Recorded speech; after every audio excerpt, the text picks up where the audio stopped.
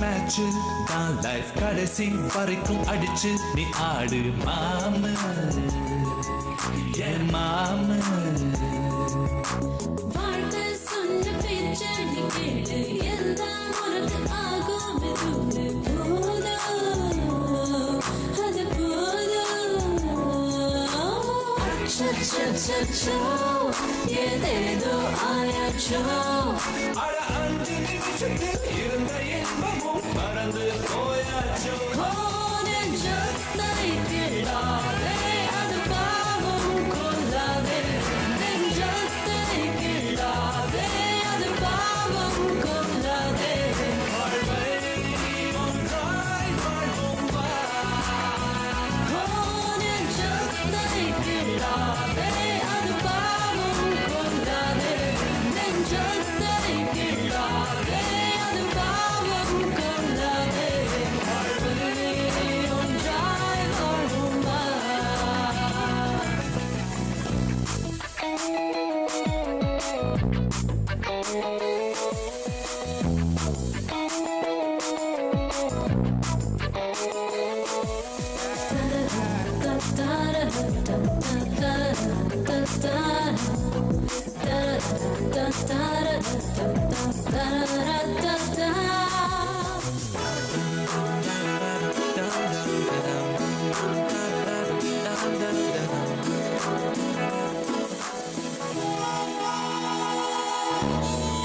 மணலில் ஹவுஸ் கட்டினால் கடல் நீர் தான் இருக்குதா ஆன போதிலும் வீடு கட்டு நீ தினமும் ஒரு கிராமம்தான் டென்ஷன் தனக்கேறுதா தன்னன் தனிமைய கத்தி பாரு நீ ஓ இன்பம் கூடவே துன்பம் ஒட்டிக்கும் ரெண்டும் பியூட்டிஃபுல் காம்போ இன்பம் பாதிதான் துன்பம் பாதிதான் Life's a wonderful rainbow கொஞ்சம் நீயும் யோசிச்சு பாரு உனக்கில்லை பேஜாரு நெஞ்சத்தை கிள்ளாதே அது பாவம் கொள்ளாதே நெஞ்சத்தை கிள்ளாதே அது பாவம் கொள்ளாதே வாழ்வை ஒன்றாய் வாழ்வோம் வா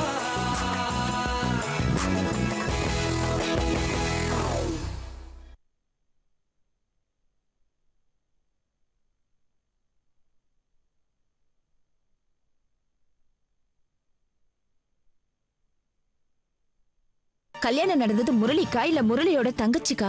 இப்படி சின்ன சின்ன விஷயத்துக்கெல்லாம் லீவ் போட்டுட்டு வீட்ல உட்கார்ந்துட்டு இருந்தா இங்க வேலை எப்படி நடக்கும்?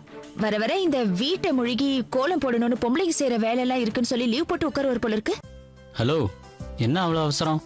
அவ்வளோ ஸ்பீடெல்லாம் வேணாங்க, கொஞ்சம் டைம் கொடுங்க. கல்யாணம் ஆகலையே தவிர தங்கச்சிங்க வீடு இருந்ததால ஃபேமிலி லைஃப் அப்படியே ஓடிச்சு. கொஞ்ச நாள் பேச்சுலர் லைஃப் என்ஜாய் பண்ணி பார்க்குறேனே, முடியலன்னா கையை தூக்கிறேன். ஏன்னா அப்ப நாங்களா இருந்தது உனக்கு கஷ்டமா பாரமா இருந்ததா? இல்லம்மா, சும்மா பேச்சுக்கு சொன்னேன். அப்படி சொல்லியாவது கல்யாணத்தை கொஞ்சம் தள்ளி போடலாமேன்னு தான்.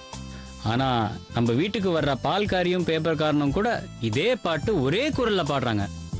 புரியுது. நீங்க எப்ப சொல்றீங்களோ அப்பவே கல்யாணத்தை வச்சுக்கலாம். அர்ச்சனா, அப்பப்போ உங்க வீட்டுக்கார மச்சான கம்பெனி கொடுக்கறதுக்கு அடிக்கடி என் கூட வர சொல்லுங்க. நான் கேட்கறேன், தப்பா எடுத்துக்காதீங்க. கொஞ்ச நாள் கழிச்சு கூட உங்களுக்கு பொண்ணு பாக்குறதா இருந்தா நாங்க உங்களுக்கு பொண்ணு பார்க்கலாமா, இல்ல நீங்க யாரையாவது பார்த்து வச்சிருக்கீங்களா? அண்ணே அண்ணே பாத்துங்க அண்ணே. அண்ணே என்னண்ணே தண்ணி பாத்துங்க. என்னண்ணே பார்த்து சாப்பிட மாட்டியா? மச்சான யாரும் நினைக்கிறாங்க போல இருக்கு. நினைக்கிறவங்க எல்லாம் இங்க இருக்கும், வேற யார் நினைக்க போறா? இல்லையே, வேற எங்கேயோ உதைக்குதே. பொண்ணு பார்த்து வச்சிருக்கீங்களான்னு கேட்டதுமே மச்சான் சோடா உடைக்கிறாரு. கேஸ் இருக்கும் போல இருக்கே. அப்படியெல்லாம் ஒண்ணும் இல்ல மாப்பிள்ள, முன்னாடில இருந்து லவ் மேல இன்ட்ரெஸ்ட் கிடையாது. தயவு செஞ்சு நம்புங்க. லவ் பண்ண ஒர்க் அவுட் ஆகலன்னு சொல்றவனு கூட நம்பிடலாம். ஆனா பண்ணலன்னு சொல்றாங்க பாத்தீங்களா, அவங்கள மட்டும் நம்பவே கூடாது. விடுங்க மாப்பிள்ள. என்னம்மா அதுக்குள்ள இருந்துச்ச? போதும்ண்ணா, நீ இருக்கா, நான் பாக்குறேன். கேஸ்காரனா இருப்பான். ஏம்மா அவளுக்கு தெரியாது, நீ கொஞ்சம் போய் பாரு. சரிண்ணே, நானும் போறேண்ணே. உன் வீட்டுக்கார் சொல்றத பார்த்தா உன் மாமியார் ரொம்ப ஸ்ட்ரிக்டா இருப்பாங்கன்னு தோணுது. அதுக்காக எதுக்கு எடுத்தாலும் கண்ணை கசக்கிக்கிட்டு இங்க வந்து டிஸ்டர்ப் பண்ணிட்டு இருக்காத. அதே மாதிரி அது வேணும் இது வேணும்னு கேட்டா கூட எங்க அண்ணன் சக்திக்கு மீறினதெல்லாம் பண்ணிட்டாரு, இதுக்கு மேல எதுவும் பண்ண முடியாதுன்னு முதலே சொல்லிடு. என்ன? சரிக்கா. யார் நீங்க? என் பேரு காவ்யா. நான் முரளி சாரை பார்க்கணும். இருக்காரா? ஏதோ ஃபங்க்ஷன் சொன்னாரு, நல்லபடியா முடிஞ்சுதா? உங்களுக்கு தானே ரீசெண்டா கல்யாணம் ஆச்சு. நீங்க ரொம்ப கியூட்டா இருக்கீங்க. என்ன அப்படி பாக்குறீங்க? உள்ள வான்னு சொல்ல மாட்டீங்களா? வாங்க.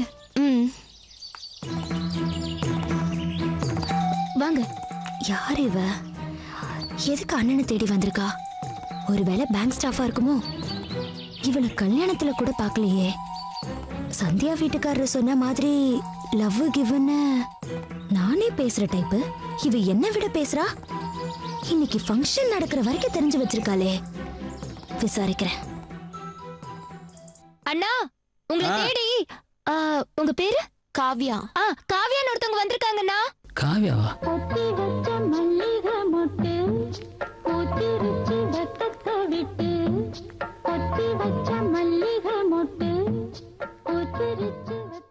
அக்கா, சாப்பிட ஏதாவது எடுத்துட்டு வா.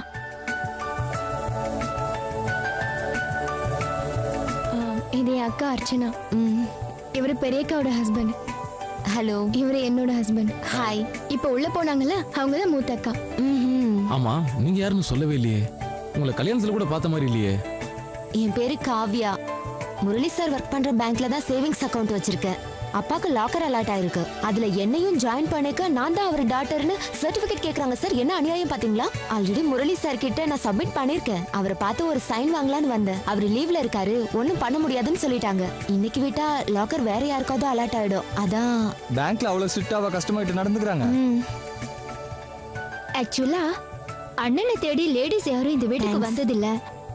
இப்ப திடீர்னு நீங்க வந்திருக்கீங்க. உங்களுக்கு அண்ணனை எவ்வளவு நாளா தெரியும்? இப்பதான் ரீசெண்டா தெரியும்.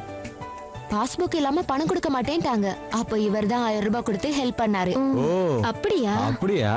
முரளி, அங்க என்ன பண்ணிட்டு இருக்கீங்க? கை கழுவு தானே போனீங்க, இல்ல அப்படியே மருந்து குளிக்க போயிட்டீங்களா?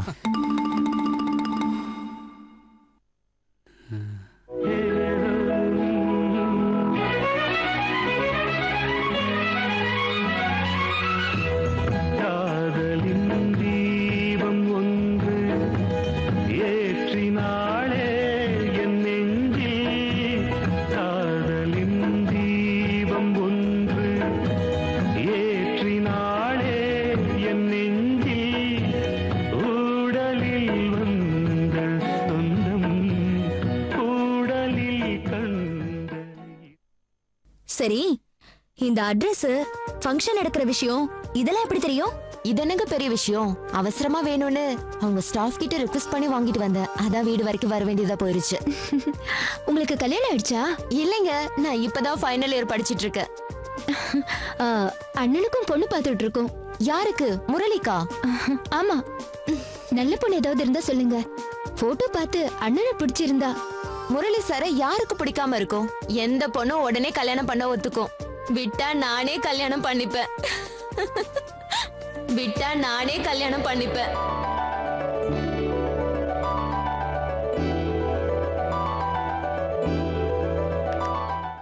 ஏய் அர்ச்சனா, அவங்க யாரு என்னன்னு தெரியாம பேசிட்டு இருக்க? அண்ணா, வளையோசை தல தல தலவென கவிதைகள் படிக்குது, குடு குடு தென்றல் காற்றும் வீசுது. ஐயோ, என்னன்னு ஏய், பாத்துருவாங்க. நீ பார்த்து வா.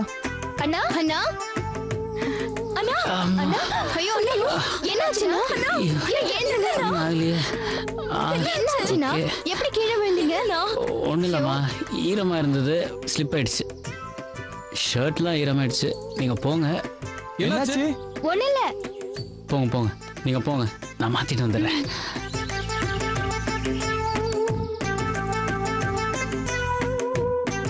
என்னாச்சு? அண்ணன் ட்ரெஸ் சேஞ்ச் பண்ணிட்டு இருக்காரு, இப்ப வந்துருவாரு. கொஞ்சம் வெயிட் பண்ணுங்க. ஓகே. ஹாய். ஹாய். என்ன மச்சான் கலக்குறீங்க? அதுக்குள்ள ட்ரெஸ் சேஞ்ச் பண்ணிட்டீங்க?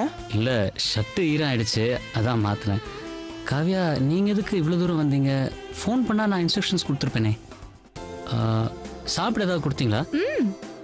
ஓகே, நீங்கள் கிளம்புங்க. நான் ஃபோன் பண்ணி எல்லா இன்ஃபர்மேஷன் கொடுத்துட்றேன். வாங்க. தேங்க்ஸ். எல்லாருக்கும் வரேங்க. வாங்க. பாய். பாய். பாய்.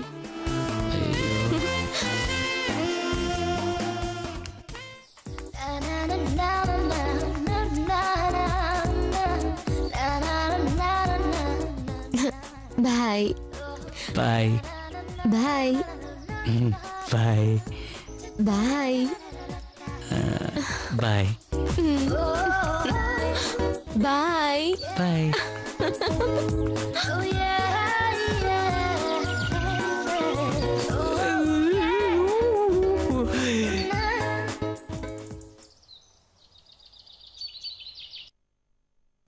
சொல்றா சிவா, ஃப்ரீயா இருக்கியாடா? கடுவம் போன ஆபீஸ்ல இல்ல, வெளியே போயிருக்கா. டேய், ஒரு பெரிய சர்ப்ரைஸா. என்னடா? அந்த காவ்யா வீட்டுக்கு வந்துட்டா. டேய், என்னடா சொல்ற? ஆமா, காவ்யாவை வீட்டுல உட்கார வச்சு தங்கச்சிங்க குஷோவே நடத்திட்டாங்க.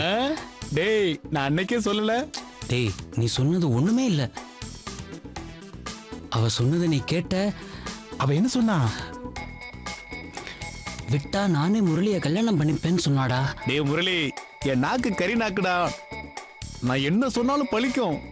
அவளால இனிமே உன்னை தினமும் பார்க்காம இருக்கவே முடியாது. உன்னை அவ்வளவு மிஸ் பண்றா.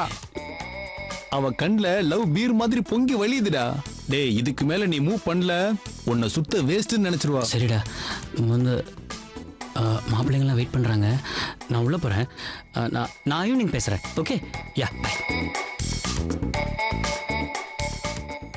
இது பாருங்க, புது பிக்ஸட் டெபாசிட்டா இருந்தாலும் சரி இல்ல ரெனிவலா இருந்தாலும் சரி, முடிஞ்ச வரைக்கும் கையோட புது ரிசிப்ட கொடுத்து அனுப்பிச்சிடுங்க. அதுவும் சீனியர் சிட்டிசன்ஸா இருந்தா அரை மணி நேரம் வெயிட் பண்ண வச்சாலும் பரவாயில்ல, ரிசிப்ட அன்னைக்கே கொடுத்து அனுப்பிச்சிடுங்க. பாவம் வயசான காலத்துல எல்லாம் அவங்கள அலைய வைக்காதீங்க. Okay ma'am. சரி, உங்க வேலையை பாருங்க. ஹலோ, சொல்லுங்க சார். சார், நான் அந்த பேப்பர்ஸ் எல்லாம் 15 டேஸ்க்கு முன்னாடியே ரெடி பண்ணி வச்சிட்டேன்.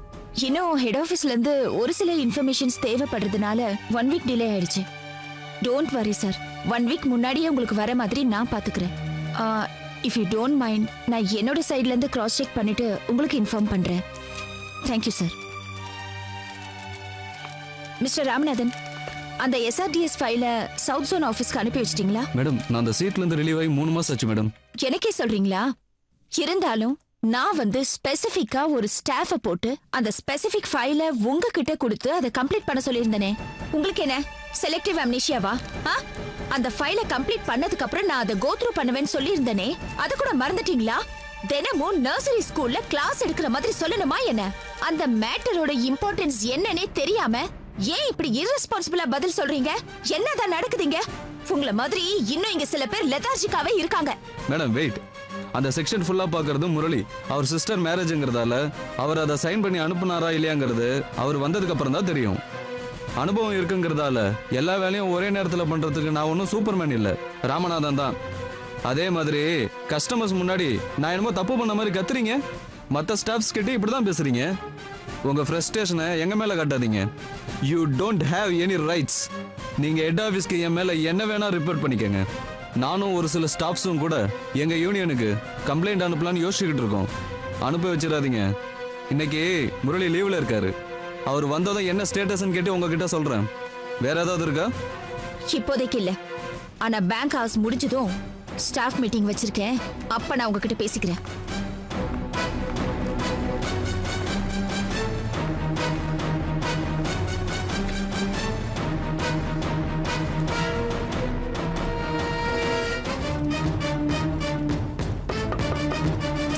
சார், அப்புறமா வாங்க.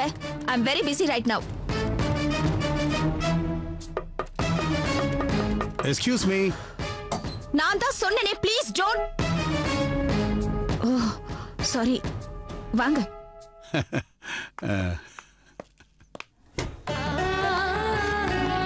உட்காருங்க. Any problem? அப்படியெல்லாம் ஒண்ணும் இல்ல, கொஞ்சம் office tension.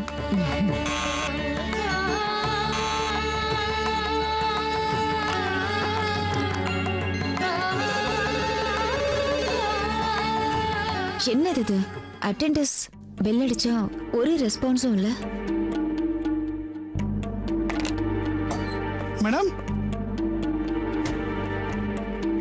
Madam NVR check கலெக்ஷனுக்கு போயிருக்காரு. முத்துக்கு காலில் அடிபட்டிருக்கு. பக்கத்தில் இருக்கிற கிளினிக்கு போயிருக்காரு. உங்களுக்கு ஏதாவது வேணுமா மேடம்? ஒண்ணு வேண்டாம், வந்ததும் வர சொல்லுங்க. சரிங்க மேடம். ஏமா சின்ன விஷயத்துக்குள்ள டென்ஷன் ஆகுற? ஆபீஸ்னா முன்னப்பின் இருக்கத்தான் செய்யும். உனக்கு தெரியாது இல்ல, நீ டென்ஷன் ஆகி கத்துறதால உன் ஹெல்த் தான் ஸ்பாயில் ஆகும். அவங்களுக்கு எந்த பாதிப்பு இல்ல, அவங்க எப்பவுமே அப்படிதான் அப்படின்னு சொல்லிட்டு போயிருவாங்க. ஆமா சுஜாதா, இதுக்கு முன்னாடிலாம் நீ இப்படி இல்லவே இல்லையே. உனக்கு இப்பதான் சட்டு சட்டுன்னு கோவம் வருதா நான் பாக்குறேன். உனக்கு ஏதாவது ஒரு விஷயத்துல கோவம் வருதுன்னு வச்சுக்க, ஒரு 10-15 நிமிஷம் அந்த கோவத்தை தள்ளி போடு. அந்த கேப்ல ஒரு நல்ல மியூசிக்கை கேளு. உன்னோட லைஃப்ல ஹாப்பியான விஷயத்த நினைச்சு பாரு. அதுக்குள்ள உன்னோட டென்ஷன்லாம் தானா பறந்து போயிடும்.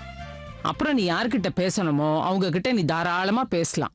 அப்ப உன்னால தெளிவாகவும் சொல்ல வரத ஷார்ட் அண்ட் ஸ்வீட்டாகவும் அவங்க மனசுல ஸ்ட்ராங்கா பதிய வைக்க முடியும். இதுல அட்வான்டேஜ் என்னன்னா, இப்படி பண்றப்ப உனக்கும் பிபி ஏறாது, அவங்களும் வருத்தப்பட மாட்டாங்க. இந்த ஆன்டிக்காக ஒரு தடவை ட்ரை பண்ணி பாரு. கண்டிப்பா ட்ரை பண்றேன் ஆண்டி. எனக்கு எல்லாத்துலயும் ஒரு கமிட்மெண்ட் வேணும்.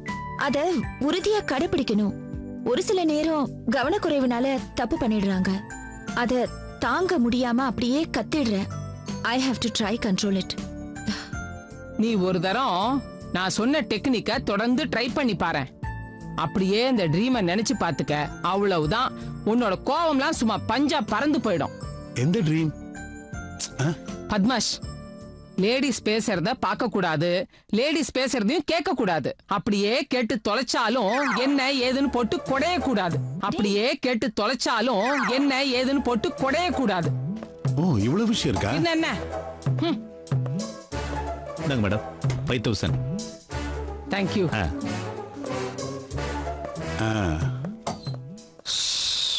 இந்த மாசம் ஹவுஸ் ஹோல்டு எக்ஸ்பென்ஸ்க்காக தான் பணம் எடுக்க வந்தோம். நாளையில இருந்து ஆரம்பிச்சிருமே. பால்காரியில இருந்து, பூக்காரியில இருந்து, செக்யூரிட்டில இருந்து எல்லாம். பாரு, நீ நேரா நேரத்துக்கு சாப்பிடு, ரிலாக்ஸ் பண்ணு. முக்கியமா உன்னோட ஹெல்த்தை பாத்துக்க. அப்புறம் ஒரு சண்டே லஞ்சுக்கு வர மாதிரி சும்மா அப்படி எங்க வீட்டுக்கு வாய, சாப்பிட்டு நம்ம எங்கேயாவது ஷாப்பிங் கீப்பிங்னு போயிட்டு வரலாம். சபா, எனக்கு இவரோட போய் போய் ரொம்ப போர் அடிச்சு போச்சு. என்ன வரியா? நீ கண்டிப்பா வரணும். இல்ல நான் உன் வீட்டை தேடி வந்து உன்னை கூட்டு போயிடுவேன். என்ன எதுக்கும் இந்த 2 விரல்ல ஒண்ணு தொடு. நெக்ஸ்ட் சண்டே நீ எனக்கு கமிட்மெண்ட் கொடுத்துட்ட. உன்னோட கமிட்மெண்ட்டை நீ மாத்த கூடாது. என்ன அப்புறம் என்னாச்சு உன்னோட கமிட்மெண்ட்னு பேங்க்ல வந்து நான் மல்லு கட்டுவேன். ஜாக்கிரதை.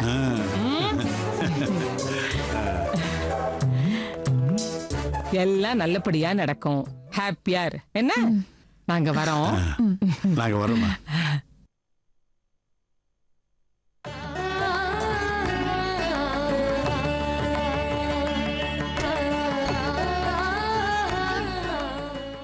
சிவா, சொல்லுங்க அங்கிள். எங்க முரளியை காணோம்? முரளி இன்னைக்கு லீவ் அங்கிள். அவங்க வீட்ல இன்னைக்கு மறுவீடு ஃபங்க்ஷன் வச்சிருக்காங்க. அவருக்கு தான் கல்யாணமே ஆகலையே, எப்படி மறுவீட்டு விசேஷம் வரும்? மத்தியான டைம்ல இப்படி எதிர் பிளேடு போடாதீங்க. ஆண்டி, எப்படி ஆண்டி இவரை சமாளிக்கிறீங்க? இங்க பாருங்க, கழுத்துல ரத்தமே வந்துருச்சு. நீ கழுத்துல ரத்தம்னு சொல்லும் போதுதான் எனக்கு மெக்சிகோ சலவக்காரி ஜோக்கு ஞாபகம் வருது. அதுவும் கழுத ஜோக்கு தான். அங்கிள், ஆளை விடுங்க. சரி, கழுத்தருந்து கீழே விழுந்துற போகுது. பாய்.